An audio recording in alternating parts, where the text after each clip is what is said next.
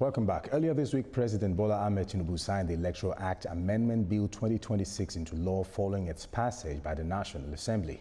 The amended law introduces reforms intended to strengthen electoral procedures, clarify contest rules, and enhance oversight under the independent National Electoral Commission, INEC.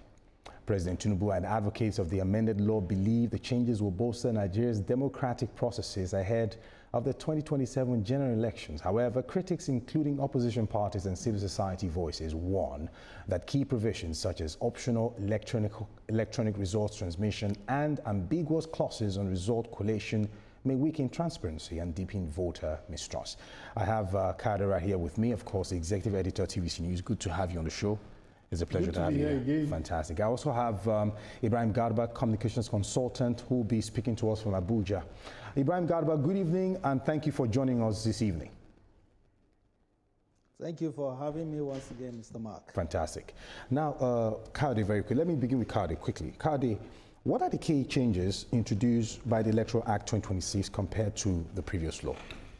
Okay, I think this is a very, very interesting question, right, because it's obvious that there's a whole lot of information gaps out there. And now, to put it in proper perspective, the most debatable, the most obvious is the transmission of results, that INEC officer shall, the word is shall transmit the election, the result, to the IREF portal. Now, what this means is that, unlike the previous election, it was merely INEC guidelines for election, but now it is now legislated upon. It is now a law, and it's not even a transfer now, it's a transmission. The word transmission suggests that it is legal, it is binding, it is not something that is mere just what do they call it, a viewing portal, like the Supreme Court described it. Yeah. So there's a legality to it. No. And definitely, I am of the opinion that proviso, it's very, very important, and that's to tell you that where the communication fails, there's a caveat to that. Where communication fails, then the Form EC8A shall be the reference point for what happened there. So that's a major change. It's no longer electoral guidelines, but now a law is an act. Then two, the most important one, which I expect that there should have been much debate in the parliament, but it appears most politicians are in tune with it. And that's the fact that for the nomination, the primaries, we now have what we call direct primary or the consensus. In other words, there is no more indirect primary in our act. This is binding on all political parties. And when you talk about direct primaries, I'm trying to work on your motion now. If you were part of the 1993 election, though I was not eligible to vote then, but if you were part of the 1993 election, that's option A4, where you queue behind the candidate you're voting for, so everybody can count, everybody can see the total number of votes that you garner, and not one abracadabra there. From nowhere. But we are used to the delegate, which is more of the indirect primaries, where statutory delegates and some eligible delegates will elect the candidate. So we don't have that now. It's either consensus.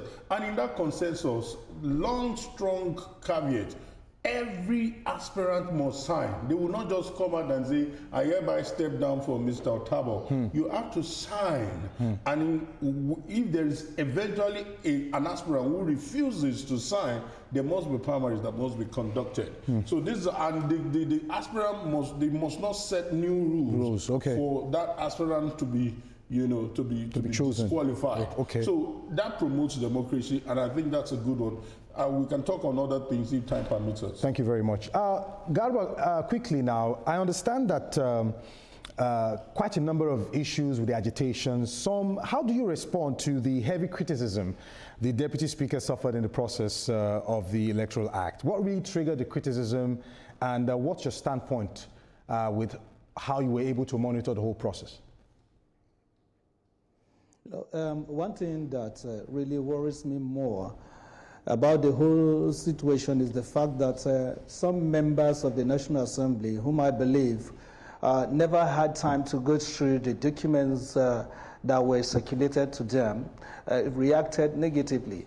if they have gone through the documents that were circulated within the chambers of the National Assembly, there will be no need for this bickering. But I would like to commend the Deputy Speaker who took the bull by the horn. Because as it stands, you need somebody that will take that bold decision.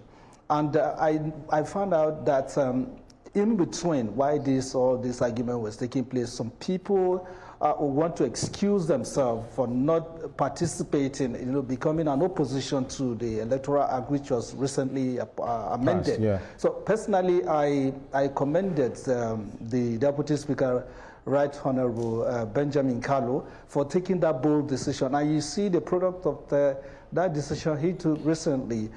Look at the elections that took place in Abuja, which was quite peaceful, and we saw how winners emerged, and there was virtually no complaints. So I think the new Electoral Act, the way it is now, it gives Nigerians the privilege to fully participate, and like you mentioned earlier, it gives reference to the other model which we adopted in the Babangida era, which was Option A4. Option A4 is about you identifying the right person you feel can deliver, and it's very open that at the end of the day, whoever emerges winner will be declared there, right there, and the numbers, rather the votes collated, will be sent directly to the portal of the INEC. Meanwhile, there are options for Nigerians. Okay. And that is why I see it as a clarion call on all Nigerians to support members of the National Assembly, support the presidency, especially with the passage of this Electoral Act, so that we can move on from here. After all, we are all Nigerians, Mark. Thank you very much. Kadi, very quickly, one of the main controversies was whether electronic transmission of results should be mandatory. And from everything you have actually explained when I asked the first question, it appears Nigerians really do not have an expanded knowledge of how election process go through. It's like they are narrowing their vision to one aspect of the election, forgetting that there are other areas. Now, the critics was much about the electronic transmission, disregarding cities and areas that do not have that technological net that covers them. How do you respond to this? I think the point you raised is overflowed. Someone like BKO has taken all his time. He has even thrown a challenge to those who have a contrary view to come and prove to him that there's technology everywhere and a lot. But I want to say this just for record. Quickly. I suspect strongly that this is an agenda. Okay. And it's shocking. And I'm speaking to Nigerians now.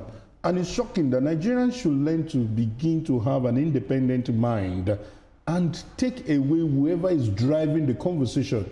The media is a very strong platform. When people begin to hear people repeat and say things, it becomes true. It becomes true to them. And they feel, oh, the government, the lawmakers, this is a law. And you cannot decide to say that, oh, if it is not transmission, it is illegal. That's not possible. That makes no sense. The essence of law is to have provisos.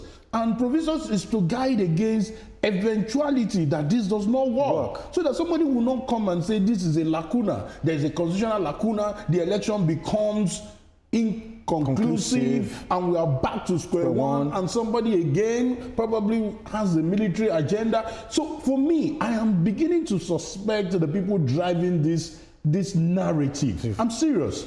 I am beginning to suspect what exactly is the problem. Is it that you don't want to pay agents to be at polling units? For God's sake, this ECHA is going to be signed by agents. It is what will be uploaded by agents. Why don't you focus on having agents across all the polling units who will give you the result, and if it is contrary to what is uploaded, raise an alarm. Right. That's the point. As we speak, we've had cases where, for example, in Osun State, results were not uploaded until 10 days after the election. Are we going to wait? If you make that the only thing, are we going to wait for results to come out? True. Somebody should please think and put up the logic cap. Thank you very much for that elaborate explanation. Well, of course, we take a short break now, and Newsweek continues in a moment. Stay with us.